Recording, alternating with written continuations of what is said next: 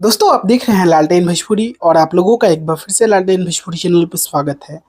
Music के section में, गानों के सेक्शन में खेसारी लाल यादव अभी तक जितना राज किए और जितना कर रहे हैं शायद ही किसी कलाकार को नसीब होगा।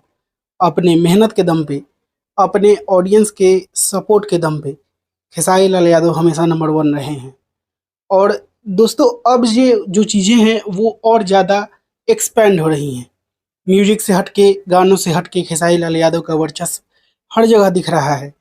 खास करके तब जब ऐसे प्लेटफॉर्म पे जहाँ पे गानों को कम महत्व दिया जाता है, फिल्मों को ज़्यादा महत्व दिया जाता है, वहाँ पे भी खेसारी लाल यादव को भोजपुरी का आइकन बनाया जाए, खेसारी लाल यादव के इमेज को यूज किया जाए, तो वहाँ पे और भी खेसारी लाल यादव का महत्वता, इम्पोर्टेंस बढ़ जाता है।